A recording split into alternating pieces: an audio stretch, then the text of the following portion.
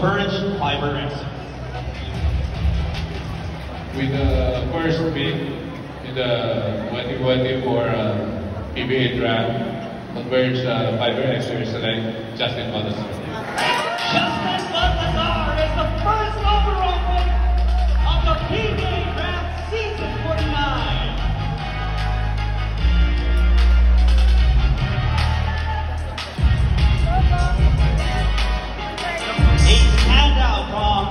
The Telesal Green Archers program, now about to make its way into the PBA.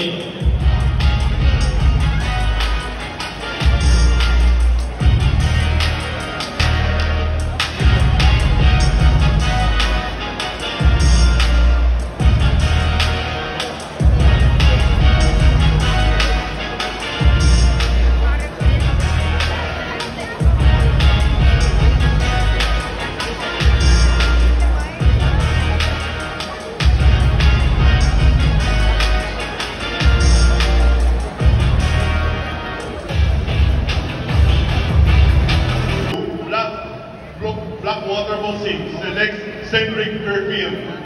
Cedric Fairfield will go to the Blackwater Boxing as the second overall pick.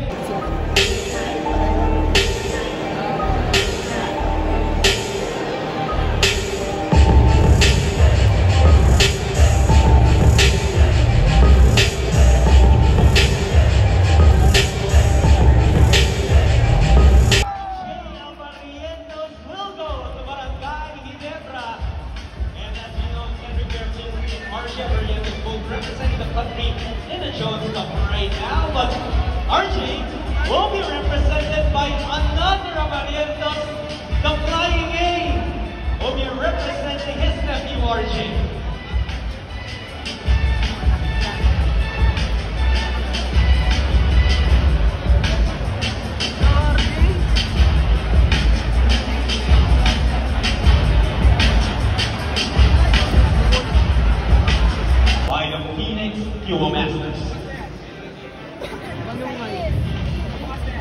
For the fourth pick of the 2024 rookie draft, the Phoenix Fuel Masters select Kyle Balungay. Out of the Ateneo Blue Eagles program, Kyle Balungay will now be heading to the Phoenix Fuel Masters.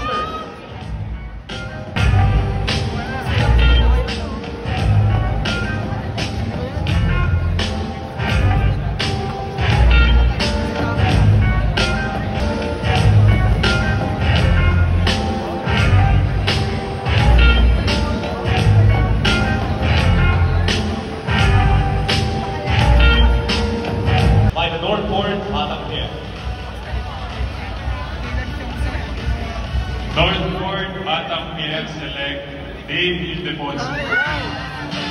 Dave Ildefonso also competing in the Jones Cup currently, but well represented. That's also adding another member into the PBA. And the family who are in the PBA continues to grow. You know, the Ildefonsos. Congratulations, Dave Ildefonso. To the Northport Batam PF.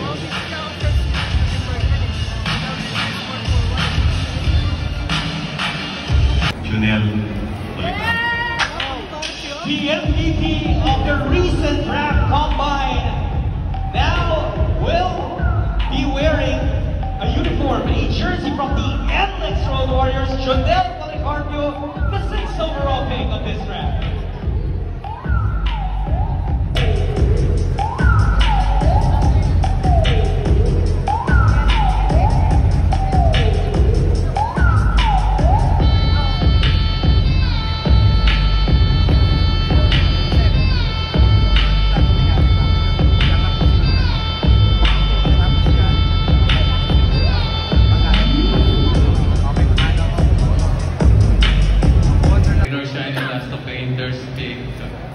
Kaylan Johnson. Kaylan Johnson. Another weapon that is going to be added to the Raiders Taiwan currently. But of course, very excited to be joining the the Rain or Shine last occasion.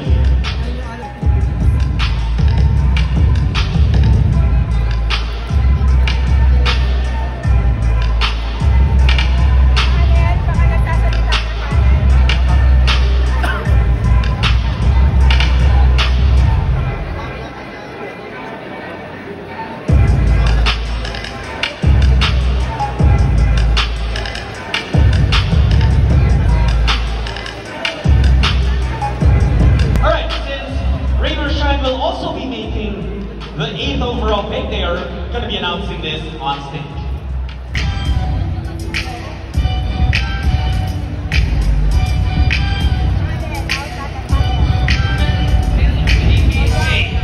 Felix Alexander Lemetti, naglaro to sa Sweden, under 18 and under 20 FIBA youth squads nila. He will be bringing his talents now to Rain or Shine. Ulat rin yan dahil siyempre scouting ang ginagawa niya ng second Swedish guy.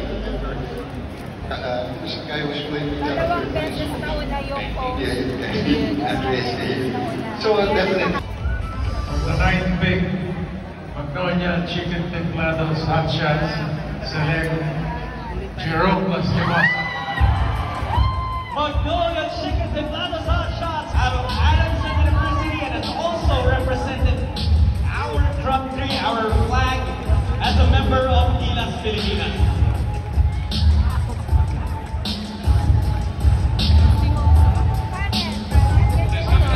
Yes, and Lastimosa, he has proven time and again that he can create.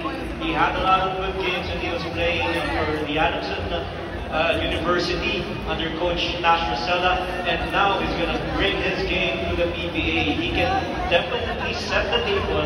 He can make plays for his team. He can shoot. The only thing here for Lastimosa is his ability to stay healthy, Dr. J.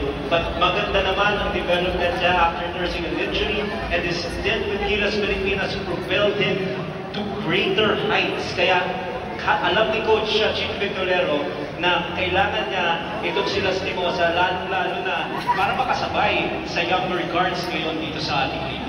First of all, thank you, Ryan. Glad to see Mr. Parko again. You know that. Dateramir Manjil selects Mark Nonoy. Mark Nonoy! Nagpakilala as a member of USCF De La Salle. Now, we'll be going to the Dateramir Manjil.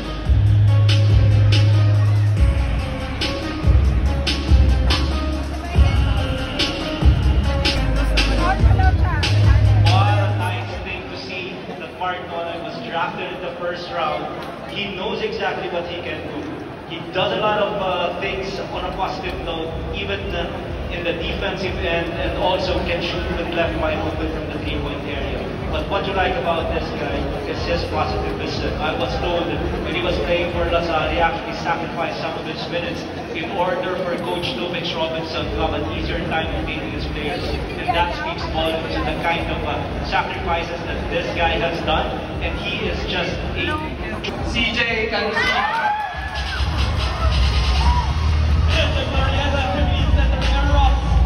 Esperanto announces CJ Cancino as the 11th overall pick of the PBA Draft Season 49. Napakalaking bagay ito sa programa ng UP and also the gem. You can just hear the crowd with their reaction after the name of Cancino was mentioned. That this guy is going to be a legitimate crowd drawer.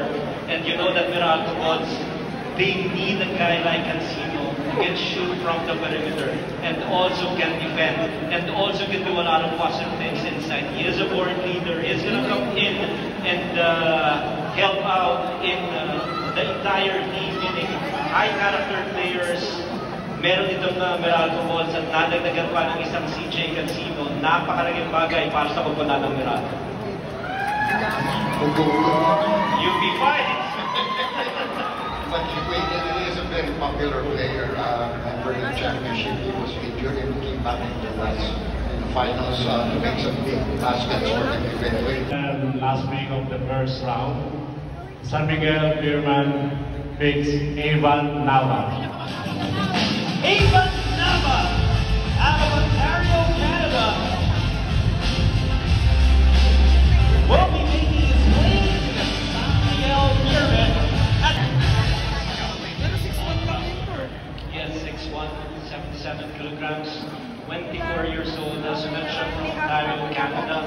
played in the KBL. This is the Korean Basketball League, average close to 4 points per ball game. So what is he going to do? He is a shooting guard. So if he has that in his arsenal, that means he can spread the floor and shoot from the outside. That will effectively give a lot of space for Junmar Fajardo to operate. And the other thing is, can he defend ball screens? Because that is exactly what happened in the previous contest against Meralco Balls. They need someone with 5-off screens, 5-2 screens, and just beyond the face of the offensive player. And they're expecting this guy to do exactly that. Something else seems always to drop under